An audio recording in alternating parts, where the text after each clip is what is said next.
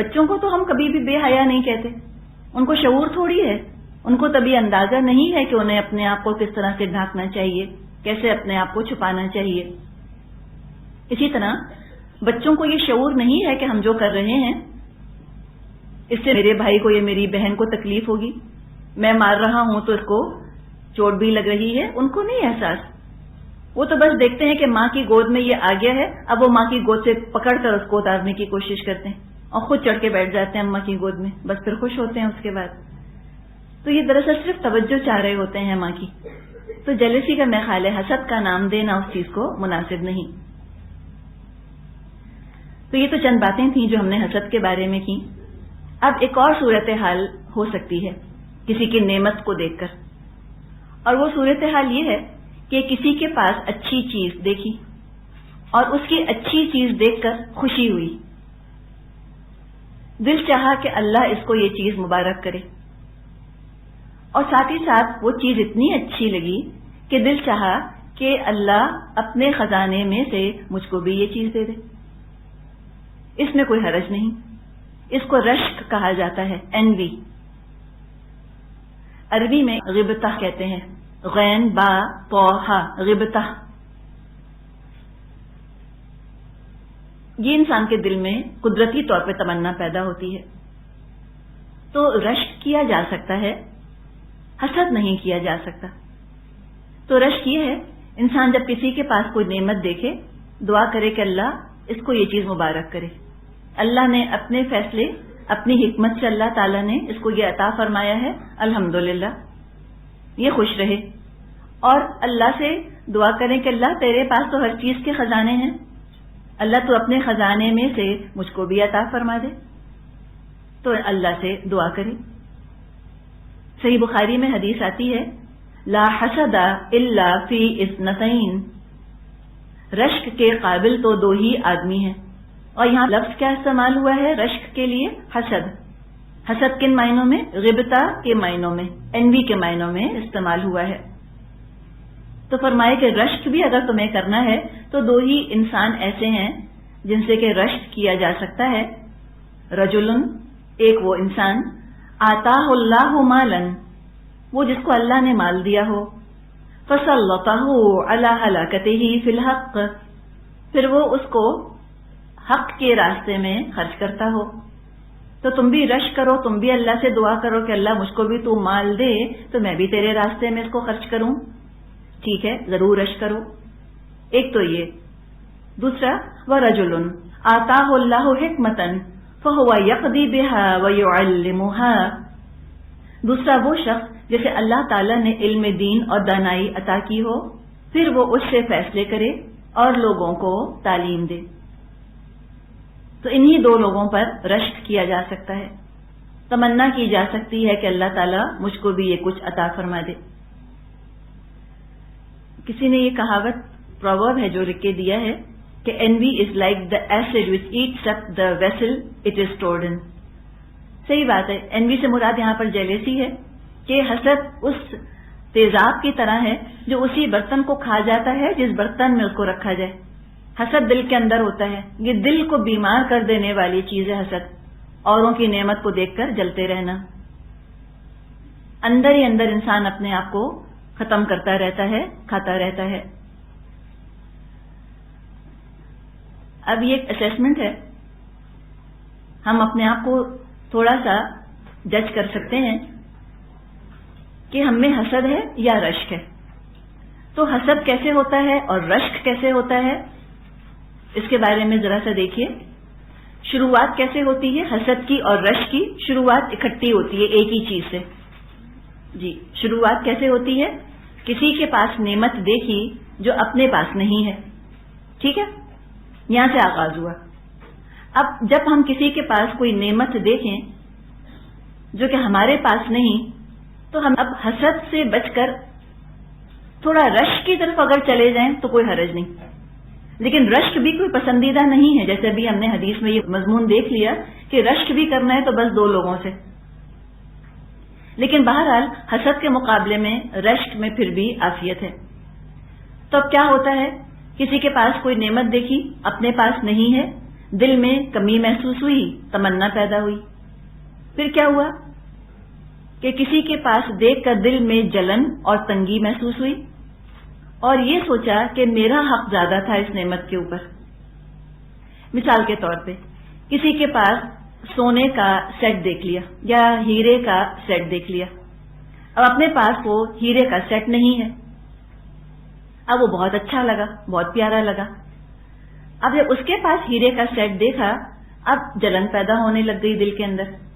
یہ سوچا کہ یہ تو بالکل پیاری بھی نہیں ہے، یہ تو پہلے ہی 60 سال کی ہے، میں ہوں ابھی 25 سال کی، میں اتنی خوبصورت بھی ہوں، میں پہنتی تو مجھ پہ بہت اچھا لگتا، اس پہ تو ویسے ہی اچھا نہیں لگ رہا، بیکار اس کو دیا اللہ نے، مجھ کو دینا چاہیے تھا۔ تو کیا ہوا؟ خود کو حقدار سمجھا کہ اللہ کو مجھ کو دینا چاہیے تھا، اللہ نے اس کو کیوں دے دیا؟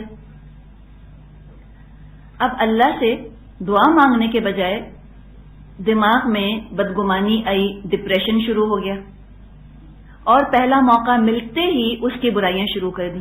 گھر جاتے ہی فوراً فون کیا، بہن کو دیکھا تھا انہوں نے ڈائمنڈ کا سیٹ پہنا تھا، ذرا ہی اچھی لگ رہی تھی، ایک تو گردن بھی ان کی اتنی بڑھاپے کی وجہ سے اتنی خراب ہو گئی ہے، سیٹ کہاں اچھا لگ رہا تھا ان کے اوپر، اور وہ کان کے چھید بھی اتنے لمبے لٹک کے یہاں آ رہے تھے ان کے، ذرا نہیں سوٹ کر رہا تھا، ہے بھی اتنی ڈارک، رنگ بھی اتنا کالا ہے، ڈائمنڈ ویسے ہی نہیں سوٹ کر رہا تھا ان کے اوپر۔ یہ انداز اختیار کیا گیا، یعنی اب اس طرح کچھ بھی رکھ سکتی ہیں۔ ہم نے تو بات کی ہے نا سونے کے زیور کی، اس کی جگہ گھر رکھ لیجئے، حسن رکھ لیجئے، اولاد رکھ لیجئے، شوہر، کچھ بھی رکھ لیں اس کی جگہ۔ تو اب پہلا موقع ملتے ہی اس کی برائیاں شروع کر دیں گے۔ اب اگر سامنے والا تعریف کرے تو تعریف پر منہ بنانا، اس کی تعریف پر تکلیف محسوس کرنا۔ اب یہ کیا ہو گیا؟ ہم اس کو انگلش میں کہتے ہیں نا ڈبل وینی، ایک تو نعمت بھی ہے اس کے پاس، اوپر سے لوگ تعریف بھی کر رہے ہیں۔ تو اگر نعمت والی کی تعریف ہو تو اور زیادہ اذیت محسوس ہوتی ہے جلنے والے کو، اس کا تو منہ بن جاتا ہے، جھوٹے منہ بھی تعریف نہیں کر سکتا، نہ خود تعریف کرتا ہے بلکہ تعریف کرنے والوں کو بھی بدگمان کرنے کی کوشش کرتا ہے۔ مثال کے طور پہ چلیں اسی کو لے آئیں، اب یہ ڈائمنڈ کا سیٹ کوئی پہن کے بیٹھا، اب اتنا برا لگا اور باقی لوگوں نے تعریف بھی کری کہ ہے وہ کتنی پیاری لگ رہی تھی ڈائمنڈ کا سیٹ پہن کے، کتنا گلیٹر کر رہا تھا، تو کہا کہ ہاں تم ہی تعریف کرتی رہو، وہ تو تمہاری یہ برائی کر رہی تھی۔ سمجھ آئی آپ کو بات کہ کسی طرح تعریف کرنے والے کو بھی بدظن کر دیا جائے اس نعمت والے سے۔ تو اب دیکھیں ایک حسد کی بیماری کتنی ساری برائیوں کو جنم دے رہی ہے، چغلی بھی آ گئی، بدگمانی، تجسس، غیبت، سب چیزیں اس کے اندر شامل ہو گئی۔ تجسس کیا کہ ذرا پتا تو کریں کہ کہاں سے قرضہ لے کے یہ سیٹ خریدا، یہ انداز، یا یہ کہ لو رہنے کا گھر تو ہے نہیں اور سیٹ پہن کر بیٹھ گئی، پہلے گھر تو خرید لیتی، بس میاں کو تنگ کیا ہوگا۔ اس طرح سے یعنی کسی طرح دل کی بڑاس نکالتا ہے حاسد۔ اب جب یہ باتیں شروع ہوئیں، اب خالص حسد کی شکل نمودار ہو جائے گی، اپنے سے فوکس ہٹ جائے گا کہ میرے پاس کیا کیا نعمتیں ہیں، اپنے رب سے تعلق منقطع ہو جائے گا، کٹ جائے گا، اور دوسروں کا نقصان دیکھ کر تسکین ہوگی۔ اگر یہ خبر ملی کہ ان کے ہاں چوری ہو گئی، چور ان کا ڈائمنڈ کا سیٹ چرا کر لے گئے، دل سے کہیں گے تھینک گاڈ، کہیں گے اچھا ہوا، کہیں گے ہاں زکوٰۃ نہیں دی ہوگی نا اس لیے چوری ہو گئی، ہاں اور اترائیں اور دکھائیں، یہ تو ہونا ہی تھا۔ یہ انداز، اس کا نقصان دیکھ کر خوشی کا اظہار کرنا، خوشی کا احساس ہونا، اچھا ہوا نقصان ہو گیا۔ اب کیا ہوگا؟ ان تمام کیفیات کے اندر اس حسد میں جو مبتلا ہوگا تو جسمانی، ذہنی، باطنی، ظاہری ہر طرح کا نقصان اسی کو پہنچے گا۔ حسد کرنے والا بھی نمایاں تو ہو جاتا ہے، لوگ سمجھ جاتے ہیں کہ یہ جل رہی ہیں فلاں سے، اور لوگ حسد کرنے والی کی خاص عزت نہیں کرتے، اس کا ایک ہلکا پن نظر آ رہا ہوتا ہے، کتنا ہلکا ہے یہ، کن چیزوں پہ جل رہا ہے، کن چیزوں کی اس کی نظر کے اندر ویلیو ہے۔ تو اب وہ نعمت انسان کو خود ملے یا نہ ملے، بہرحال اللہ کی نظر میں تو ناکامی ہو گئی، اللہ کی نظر میں انسان ناکام ہو گیا۔ یہ ہے حسد۔ اب رشک کیا ہوتا ہے؟ رشک کی ابتدا بھی نعمت سے ہوتی ہے، کسی کے پاس کوئی نعمت دیکھی، اپنے پاس وہ نعمت نہیں ہے، دل میں تمنا پیدا ہوئی، کسی اور کے پاس دیکھ کر ایک لمحے کو ہو سکتا ہے کہ دل اداس ہوا ہو، لیکن پھر اپنے آپ کو آمادہ کرتے ہیں کہ نہیں ہمیں خوش ہونا چاہیے، اس کی نعمت دیکھ کر خوش ہوئے، اور پھر نعمت دینے والے سے فوراً اپنا تعلق جوڑ لیا، اللہ سے کنیکشن کر لیا اور دعا کی اللہ مجھ کو بھی عطا فرما۔ اور جس کے پاس نعمت ہے اس کے لیے شعور کے ساتھ، کھلے دل کے ساتھ سلامتی اور برکت کی دعا کی کہ اللہ اس کو مبارک کر، اللہ اس کو خیر ملے اس چیز سے۔ جو ہی انسان نعمت دینے والے سے اپنا تعلق جوڑتا ہے اس کی کیفیت ہی بدل جاتی ہے، ساری حسرت، ساری جلن جو ہے وہ ختم ہو جاتی ہے، اپ لفٹ کی کیفیت محسوس ہوتی ہے نا، اور انسان پرسکون ہو جاتا ہے۔ تو فوکس کس پہ ہوا؟ اس پر فوکس نہ ہوا، نعمت والے پر فوکس نہیں ہوا، نعمت دینے والے پر انسان فوکس کر لے فوراً، اپنے آپ کو بتائے اس کا اپنا ذاتی نہیں ہے، کسی نے اس کو دیا ہے، تو اللہ سے تعلق اس کا جڑ جاتا ہے۔ اگر نعمت والے کو نقصان پہنچے تو فوراً انسان خود الرٹ ہو جائے کہ اللہ تعالیٰ اس کے پاس نعمت تھی، اس کو نقصان پہنچا، اللہ تو نے مجھ کو بھی اتنی نعمتیں دی ہیں، اللہ مجھ کو تو نظر سے اور حاسد کے شر سے اور کسی بھی نقصان سے اللہ مجھے بچا لے، اور اللہ اس کو اگر نقصان پہنچا تو اس کو بہترین اس کا بدلہ تو عطا فرما دے، دین میں اور دنیا میں۔ تو انشاءاللہ تعالی نتیجہ یہ نکلے گا کہ نعمت ملنے پر اللہ کا بھرپور شکر ادا کرے گا انسان، اور نہ ملنے پر بھی رب سے پر امید رہے گا، تو دین اور دنیا دونوں کا بھلا ہوگا انشاءاللہ۔ اب علاج یہ ہے کہ کثرت سے استغفار کرے انسان، پہلے تو پہچانے کہ ہاں مجھ میں حسد ہے، پہلے مانے نا کہ ہاں مجھ میں حسد ہے، اور اپنے آپ کو بتائے کہ مجھے پہلے پتا نہیں تھا کہ یہ اتنی نقصان دہ چیز ہے، اب مجھے پتا چل گیا، اب میں انشاءاللہ تعالی حسد سے نجات حاصل کرنے کی شعوری طور پہ کوشش کروں گی۔ دیکھیے اگر ہم ڈھانک دیں گے نا اپنی برائی کو، اگر ہم ڈینائل میں چلے جائیں گے، ہم کہیں گے نہیں نہیں مجھے تو کسی سے حسد نہیں ہوتا، تو ہم اپنی برائی کو دور بھی نہیں کر سکیں گے۔ تو کنفیس کر لینا کس سے؟ اپنے آپ سے، خود مانے انسان اور پھر اپنے رب سے استغفار، اللہ کے سامنے کنفیس کرے کہ اللہ مجھ کو یہ بیماری ہو گئی ہے اور اللہ تو ہے جو کہ شفا دینے والا ہے۔ حسد بہت موذی، بڑی سائلنٹ، بڑی خاموش بیماری ہے، جس سے حسد محسوس ہو اس کو ہدیہ دے، تحفہ دے، انسان اچھی چیز دے اور شعور کے ساتھ دعا کرے اس کے لیے۔ پھر حسد کا علاج یہ بھی ہے کہ جس شخص سے حسد محسوس ہو اس کی جائز تعریف کرے، اب تعریف کے اندر بھی مبالغہ نہ کرے۔ بعض حاسد ایسے ہوتے ہیں کہ وہ اس شخص کی بہت تعریف کرتے ہیں جس سے ان کو حسد ہوتا ہے، اور ساری بالکل غلط تعریف کرتے ہیں۔ جس سے حسد ہے، مثال کے طور پہ کسی کے پیسے سے حسد ہے، ٹھیک ہے، اور جس کے پاس پیسہ ہے وہ ہے موٹا، اب سب کے سامنے کہیں گے دیکھا نا کتنی دبلی ہو گئی، تاکہ لوگ کہیں کہ لو وہ ذرا دبلی نہیں ہے، تب تسلی۔ تو تعریف کے بھیس میں اس کا عیب نمایاں کرتے ہیں لوگ، کیا کیا چالاکیاں ہیں نا انسان کے اندر۔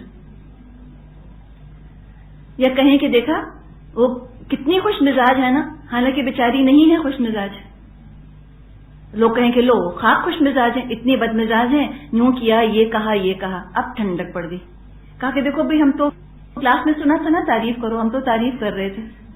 ایسی تعریف نہیں جو بالکل جھوٹ پر مبنی ہو، اور اس تعریف کے نتیجے میں لوگ ان کی برائی شروع کر دیں۔ اللہ سب نیتوں کا حال جانتا ہے، ہم کس کے بارے میں کیا کس نیت سے کہہ رہے ہیں خوب اللہ کو پتا ہے۔ اللہ سے ڈرے انسان، اتقوا اللہ، تو جائز تعریف کریں، اور جو نعمتیں آپ کے پاس ہیں ان کی ذمہ داری محسوس کیجئے اور ان کے حساب کی فکر کیجئے، اسی میں برابر برابر چھوٹ گئے تو بڑی بات ہے، کہاں اور نعمتیں مانگ مانگ کر اور کہاں جائیں گے۔ تو اگر نعمت مانگے تو اللہ سے دعا کرے انسان کہ اللہ اس نعمت کا مجھے حق ادا کرنے والا بھی بنا، یہ نہ ہو کہ دنیا کی نعمت آخرت کی مصیبت بن جائے میرے لیے۔ تو نعمت کے ساتھ ساتھ ذمہ داری ادا کرنے کا شعور بھی انسان میں ہونا چاہیے۔ تو جو اپنے پاس نعمتیں ہیں ان کا احساس کرے انسان، ان کے حساب کتاب کے بارے میں محتاط رہے، نعمت کا شکر ادا کرے۔ اور سب سے پیاری چیز جو انسان کو حسد سے نجات دیتی ہے وہ ہے قرآن کا پڑھنا، اور قرآن میں جنت کا تذکرہ۔ ہر نعمت ملنے والی ہے، ہر خواہش پوری ہونے والی ہے، الحمدللہ سب کچھ ہے، میرے ہی لیے تو اللہ نے جنت بنائی ہے، تو مجھے کیا رش کرنا کسی کے اوپر۔ دنیا کی تو نعمتیں دنیا کی طرح فانی ہے، کسی کے پاس دولت یا حسن یا جو ہے وہ بس دنیا کے ساتھ ختم ہو جائے گا، زندگی کے آخری سانس کے ساتھ مٹی ہو جائے گا. تو کیوں نہ جنت کی نعمتیں میں اپنے لیے جمع کر لوں. تو جنت کا کثرت سے ذکر بھی کرے انسان، اور کثرت سے اس کے بارے میں سوچے، اس کے بارے میں پڑھے. انشاءاللہ تعالی ہر ارمان، ہر آرزو، ہر خواہش جو ہے وہ وہاں پوری ہوگی. اب اگر یہ محسوس ہوتا ہے کہ دوسرے ہم سے جلتے ہیں، تو اس کے لیے صبح شام مسنون دعائیں انسان پڑھے، مواعظتین پڑھے، آیت الکرسی پڑھے، سورہ بقرہ کی آخری 2 آیتیں پابندی سے پڑھے، اور اپنی نعمتوں کا ذکر ہر وقت دوسروں کے سامنے نہ کرے. دکھاوے سے، تبذیر سے، بطر سے، اترانے سے، ان چیزوں سے بچے. ایک اور چیز یہ کہ بعض دفعہ قصور ہمارا اپنا ہوتا ہے اور ہم کہتے ہیں کہ لوگ ہم سے حسد کر رہے ہیں، تبھی مجھے نقصان پہنچ گیا. یہ ہوتا ہے نا. جیسے کہ تیرے شوہروں کے بارے میں ہی نا اگر ہم ڈسکس کریں، لوگ کہتے ہیں کہ وہ اتنے اچھے میرے میاں تھے، پتہ نہیں کس نے جادو کر دیا ان کے اوپر. کہتے ہیں ہاں فلاں جو ہے نا حسد کرتی ہیں، وہ میرے میاں سے شادی کرنا چاہتی ہیں. اب کوئی پوچھے کہ آپ کے میاں کدھر کے شہزادے گلفام ہیں؟ جب آپ کو یہ خیال آتا ہے کہ ہر عورت جو ہے وہ آپ ہی کے شوہر سے شادی کرنا چاہتی ہے اور سبھی کو اتنے پیارے لگ رہے ہیں وہ، لیکن قصور اپنا تھا، خود بد مزاج ہو گئی، خود خیال نہیں رکھتی شوہر کا رویہ بدلا تو کہا کہ ہاں فلاں جو حسد کرتا ہے نا اس نے کوئی پٹی پڑھا دی میرے خلاف. تو اپنے آپ کو بھی دیکھیں، ہر شخص یوں نہیں حسد کرنے پہ تیار ہوتا. ہر چیز کو یہ نہ سمجھیں کہ میں اتنی اچھی ہوں کہ سب مجھ سے حسد کرتے ہیں. یہ بھی اپنے معاشرے میں ٹرینڈ ہم دیکھتے ہیں کہ لوگ اس کو بوسٹنگ کے طور پہ استعمال کرتے ہیں، فخر کے طور پہ استعمال کرتے ہیں اس بات کو کہ لوگ مجھ سے جلتے بہت ہیں. کیا شامت اپنی بلاتا ہے انسان یہ کہہ کر کہ لوگ مجھ سے جلتے ہیں؟ کوئی فخر کرنے کی بات ہے اس کے اندر کہ لوگ مجھ سے جلتے ہیں؟ اور بعض لوگوں کا مقصد پہننے اوڑھنے کا یہ ہوتا ہے کہ لوگ جلیں، جلانے کے لیے پہنتے ہیں. تو یہ مت کریں. کیوں شامت بلاتے ہیں اپنی؟ کیوں کسی کی حسد کی یاد بھڑکاتے ہیں؟ بعض خواتین لباس اس لیے پہنتی ہیں کہ لوگ ان کو دیکھ کے جلیں. کمنٹس ان کے یہ ہوتے ہیں کہ میں فلاں ڈریس پہن کر گئی، دیورانی چپ ہو گئی، جل گئی بالکل. اب وہ جل گئی تو ان کو ٹھنڈک مل گئی. اوروں کو جلانے کے لیے پہننا، ان کے حسد کی آگ بھڑکانے کے لیے پہننا، یہ تو پھر کیسے ہوگا کہ اللہ آخرت میں ایسے انسانوں کو اپنی آگ میں نہ جلائے.